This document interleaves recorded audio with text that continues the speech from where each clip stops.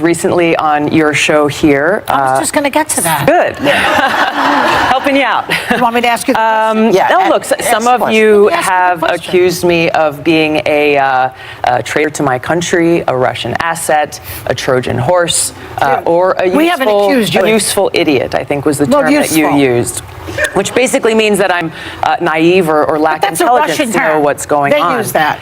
I want to let your viewers know exactly who I am. Someone who had not even yet been elected to Congress for the first time being invited to speak on prime time. It was. I was surprised. I was very surprised. The topic she was asking me to talk about is one that is obviously near and dear to my heart, to talk about veterans. And so I said, yes, of course, I will do that. I went there and I spoke, and there were not opportunities that were given to the vast majority of people. I guess I'll put it that way. Well, look, the facts are important, and we'll get to that. I want to start with something that I think is also important about facts, because recently on your show here... I was just going to get to that. Good. Helping you out. You want me to ask you the question? No, look, some of you have accused me of being a traitor to my country, a Russian asset, a Trojan horse, or a useful idiot, I think was the term that you used. Which basically means that I'm naive or lack intelligence to know what's going on. They use that. I want to let your viewers know exactly who I am. All right. Set the record straight. I am a patriot. I love our country. I am a strong and intelligent woman of color, and I have dedicated almost my entire adult life to protecting the safety, security, and the freedom of all Americans in this country. Joy, this is why you're on Tucker Carlson at least 10 times. Why don't you go on Chris Wallace's show? This is why I'm here, because you and other people continue to spread these innuendos that have nothing to do with who I am. Well, Hillary Clinton started it, and then you shot back at her, boy. You called her the queen of warmongers. You doubled down, unfortunately, you doubled down on the baseless accusations that she made that strikes at the core of who I am. I'm a soldier. Because of the attacks on 9/11, I enlisted in the military to go after and defeat and destroy the evil that visited us on that day. I've served now for over 16 years, deployed twice to the Middle East during the height of the war, where every single day I saw firsthand the terribly high human cost. That's why I ran for Congress. And what's happening with the telescope and the stuff? Oh gosh, the challenge is ongoing. The challenge is ongoing. Okay. Yeah. What is that? Explain. They decided, it was decided that they were going to go on sacred land. Oh, yeah. And put up a telescope and do all this stuff. And the Hawaiians said, no, you're not going to do that. So it's been a fight. Tulsi's been at the forefront. Yeah. And I try to bring it up, when I can, because I think sacred land is sacred land. You can't. Well, look, the facts are important. And we'll get to that. I want to start with something that I think is also important about facts, because recently on your show here... I was just going to get to that. Good. Helping you out. You want me to ask you the question? No, look, some of you have accused me of being a traitor to my country, a Russian asset, a Trojan horse, or a useful idiot, I think was the term that you used. Which basically means that I'm naive or lack intelligence to know what's going on. They use that. I want to let your viewers know exactly who I am. All right. Set the record straight. I am a patriot. I love our country. I am a strong and intelligent woman of color, and I have dedicated almost my entire adult life to protecting the safety, security, and the freedom of all Americans in this country. It was the attacks on 9/11.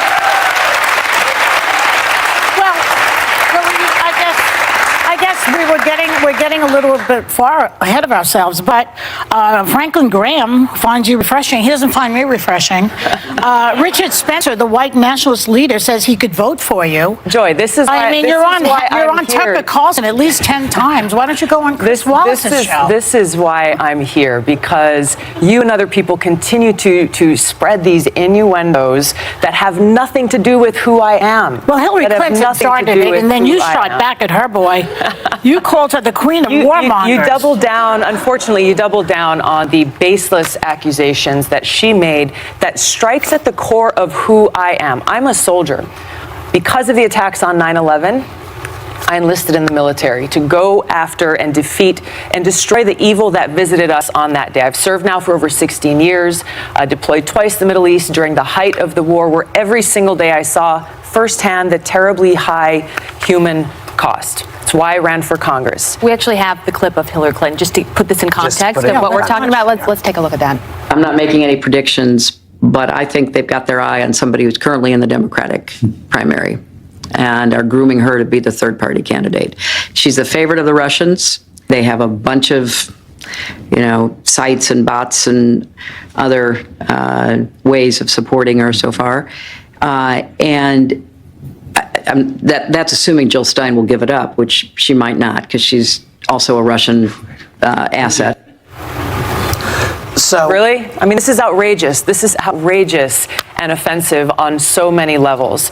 I've served as a member of Congress now for almost 7 years, receiving high-level national security and intelligence briefings, serving on the Foreign Affairs Committee, the Armed Services Committee, the Homeland Security Committee, working to ensure the safety and security of the people of this country. Are you surprised, though, that when people see bots and things and all the things that we've sort of been seeing heading your way, that people have these questions? Because she's not the only one. Hillary, I don't think, is the only one. So what she's saying is she feels they are grooming you. You're saying nobody's grooming me. I'm doing what I'm doing because I'm a soldier and a patriot. It's offensive to me as a soldier, as an American, as a member of Congress, as a veteran, and frankly, as a woman, to be so demeaned in such a way. But you called her the personification of rock. So demeaned She's a woman in such too. a way. Well, I'm pointing to the fact that she has continued this legacy of being the world's police around the world, that has waged wars costing the lives of thousands of my brothers and sisters in uniform. I'm speaking out against that. And What's your evidence to that? To change. Well, Are you serious? Let's hear it. Are you serious? Let's hear it. I served in the war Not in you, Iraq. her. You're saying that she's exactly. she's a I warmonger. served How do in you the come war up with in that? Iraq Yeah. that she championed.